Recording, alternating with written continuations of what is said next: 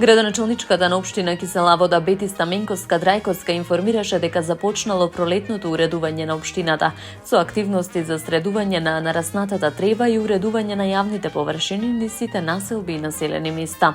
Како што посочи таа, преку секторот за местна самоуправа веќе се започнати теренските активности, а акцијата ќе се одвива секојдневно во текот на целата сезона.